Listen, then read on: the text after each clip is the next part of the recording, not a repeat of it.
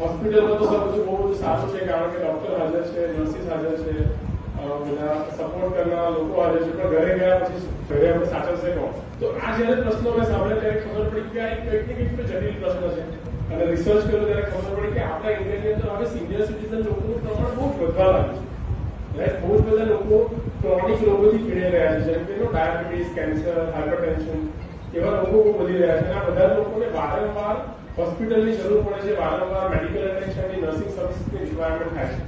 તો આવા સંજોગોમાં એક વસ્તુનો આઈડિયા આવે કે ઘણા બધા લોકો એવા છે કે જેમને આવી સર્વિસની રિક્વાયરમેન્ટ છે, અને એટલા જ માટે ઇન્ડિવેક કંપનીની સ્થાપના થઈ અને 2020માં અમે લોકોએ આ કંપનીની શરૂઆત કરી. કોઈ પણ પ્રકારની ઇમરજન્સી અથવા ઓપરેશન સિવાયની કોઈ પણ હેલ્થકેરની સેવાઓની જરૂર છે તો એ તમારા ઘર આંગણે અમારા સર્વિસ પ્રોવાઈડર દ્વારા અમે પહોંચાડી શકીએ છીએ.